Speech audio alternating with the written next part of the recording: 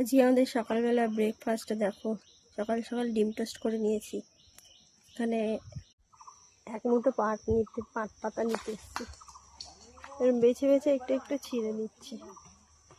রোদ যা উঠেছে, এখন পাট বড় হয়ে গেছে, মাথা ভাঙা যায় না। আমি দুটো একটা পাতা ছিঁড়ে নিচ্ছি, বাগান থাকলে সুবিধা না। চলে এসেছি পাট শাক নিয়ে, এই দেখো। আর সকাল সকাল রান্না বসিয়ে দিয়েছি, ভাত ফুটছে দেখো। আর কি কি করব চলো দেখাই একবার। এদিকে চুনো মাছ আছে, তাই চুনো মাছ দিয়ে আলু দিয়ে আর গাটি কচু দিয়ে হবে, তাই কেটে জলে দিয়ে রেখেছি। আর এদিকে পাট শাক দিয়ে ডাল দিয়ে, আর এই যে কাঁঠাল দানা দিয়ে রসুন সম্বার দিয়ে একটা ডাল। তো এদিকে দেখো আমি কাঁঠাল দানা সেদ্ধ বসিয়ে দিয়েছি, আর এইদিকে ওপর দিয়ে আমি পাট শাকটা একটু সেদ্ধ করে ফেলে দিয়ে দেবো, একটু সেদ্ধ করে হাফ সেদ্ধ করে ফেলাবো। তাই জন্য এই কাঁঠাল দানা প্রায় সেদ্ধ হয়ে গেছে, তার উপরেই আমি এটা দিয়ে দিলাম। ফেলে দিলে কি বলো তো, এখনকার পাট শাক যদিও নরম হয়ে যায়, তাও তেল সার পয়জন দেওয়া থাকে, তাই একটু ধুয়ে ফেলে দিলাম। দিয়ে কিন্তু ভালো লাগবে খেতে। এবার এইভাবে উল্টে পাল্টে দিলাম, একটু সেদ্ধ হয়ে যাক। কড়াইতে তেল দিয়ে দিয়েছি, আর এদিকে কাঁচা লঙ্কা কুচি রেখেছি, সেটাই দিয়ে দিলাম। আর এদিকে কুচি করে রাখা রসুনও দিয়ে দিলাম। লাল লাল করে ভাজা হয়ে যায় এখানে। রসুনটা লাল লাল ভাজা হয়ে গেছে, লবণ দিয়ে দিলাম, পরিমাণ মতো একটু হলুদ দিয়ে দিলাম, আর দিয়ে দেবো সেদ্ধ করা ডালটা। কৌটোর মধ্যে করে সেদ্ধ করেছিলাম ভাতের মধ্যে দিয়ে, মানে তাড়াতাড়ি সাতটাতে রান্না করার জন্য।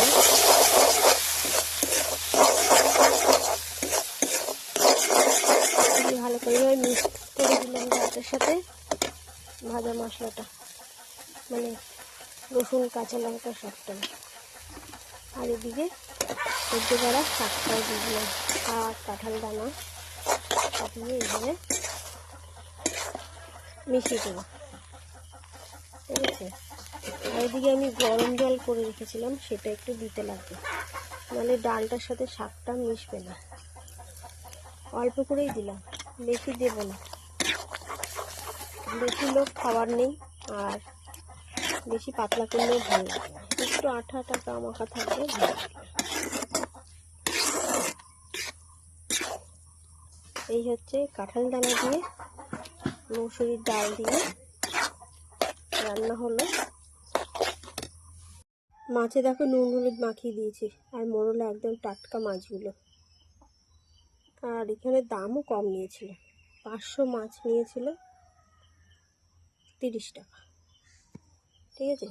500 মাছ নিয়েছিল 30 টাকা। আমি নুন হলুদ মাখিয়ে দিয়েছি সুন্দর করে, আর মাছগুলো একদমই টাটকা, ফ্রিজে ছিল তাই কি দেখো একদম শক্ত নরম ঠরম কিচ্ছু না। আর এই ছোটো মাছগুলো আমি আর বেশি কিছু পরিষ্কার করতে গেলাম, ভালো করে ধুয়ে নিয়েছি ঝুড়িতে ফেলে ঘষে ঘষে। এই মাছগুলো দিয়ে রান্না হবে এখন। মাছগুলোকে লাল লাল করে ভেজে নিচ্ছি, দেখো এটা সুন্দর করে ভাজা হয়ে যাচ্ছে। এই মাছগুলো যদি তরকারি করলে না দারুণ লাগবে। আর চুনো মাছ খাওয়াও ভালো, সব রকম পেশেন্টরাই চুনো মাছ খেতে পারে।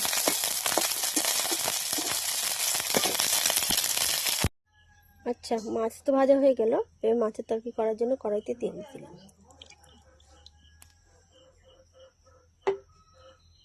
ফোড়নের জন্য কটা কালো জিরে দিয়ে দিলাম, মধ্যে কেটে রাখা আলু আর গাঠি করছি, আর আলুটা এর মধ্যে ছোটো করে কেটেছিলাম, সেটা তেলের মধ্যে দিয়ে দিলাম ভাজার জন্য। একটু লাল লাল করে ভাজা হবে, যাতে বেশি লেট হবে না।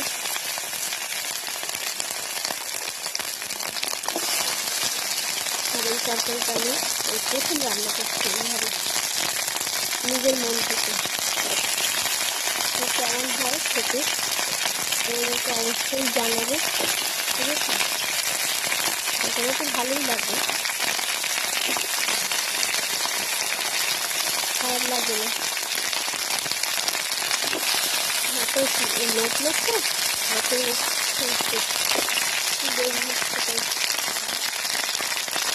তার মধ্যে কেটে রাখা লঙ্কাগুলো দিয়ে দেবো।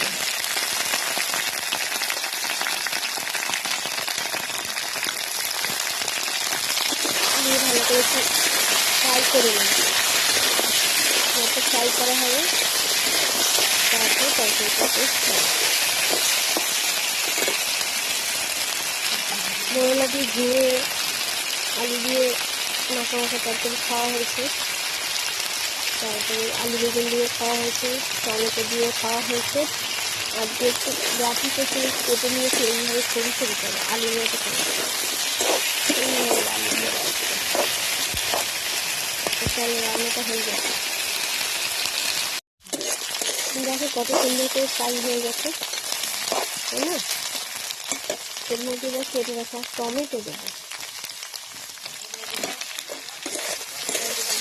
টমেটো দেবো। টমেটোটা দিয়ে ভালো করে ভেজেও নেব।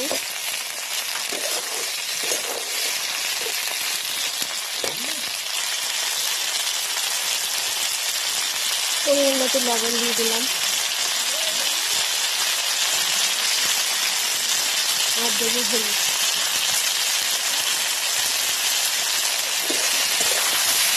দিয়ে ভালো করে এইভাবে একটু মিশিয়ে দেবো মশলাটাকে।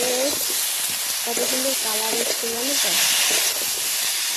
খেতেও মনে হচ্ছে ভালোই লাগছে, খারাপ লাগছে না। আর এদিকে অল্প একটু বেগুন কেটেছিলাম, সেটাও দিয়ে দিলাম। অল্প একটু বেগুন, একটা বেগুন।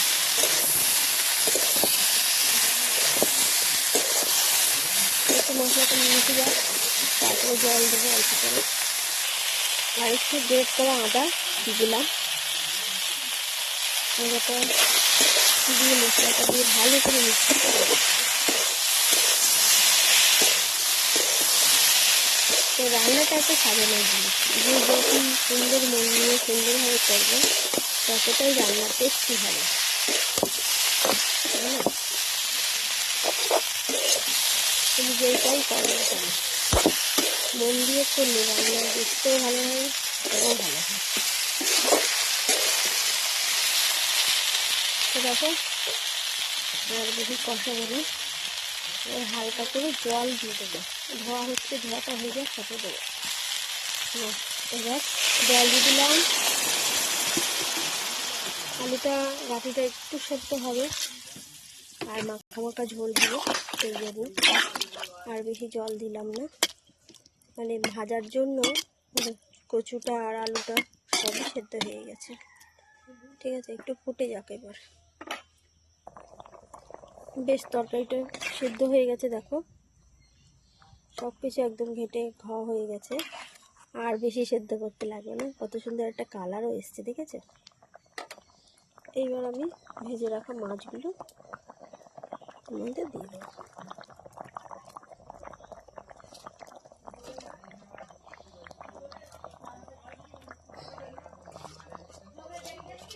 এই মাছ দিয়ে এইভাবে তরকারি রান্নাটা আমি প্রথম করলাম। খেতে কীরকম হবে জানি না, তবে দেখে তরকারি দেখে তোমাদের কি মনে হচ্ছে? আমার তো মনে হচ্ছে খুবই সুন্দর লাগবে খেতে। তো এই যে যেরকম ঝোল দেখতে পাচ্ছি, এই ঝোলটা কিন্তু থাকবে না, যেহেতু কচু দেওয়া আছে গাঢ় হয়ে যাবে, থকথকে হয়ে যাবে তরকারিটা, তাই একটু এরকম করেছি। তো মাছটা দিয়েছি, এবার একটু একটু ফুটে যাক, তারপরে নামাবো। ততক্ষণে আর একটু পরে আবার আসছি। আর উপর দিয়ে এখন একটু ভাজা মশলাটা, জিরে ধনে গুঁড়োটা মিক্সি করাই থাকে আমার, সেটাই দিয়ে দিলাম।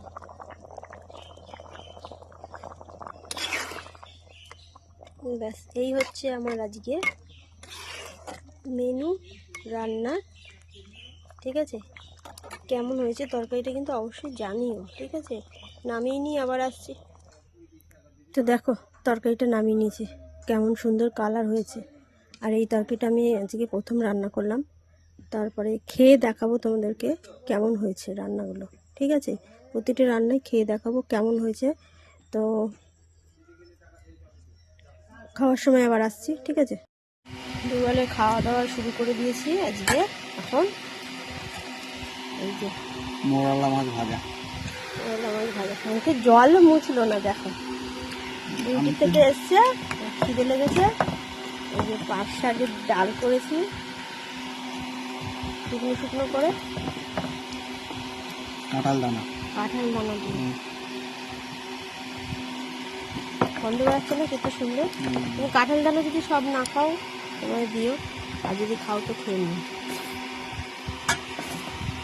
আর এদিকে আছে সেই মাছের তরকারি, ঢেকে রাখি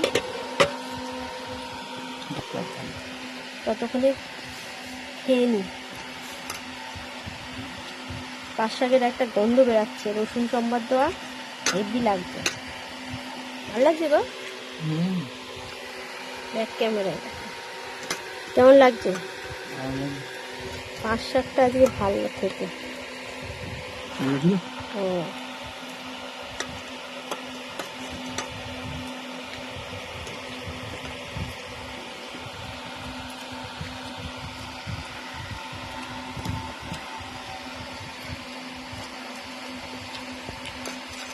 ভালো লাগছে। আবার একটু মাছ ভাজা খাতে। ওই দিকটা মাছ তুলে নিয়ে দিবেন।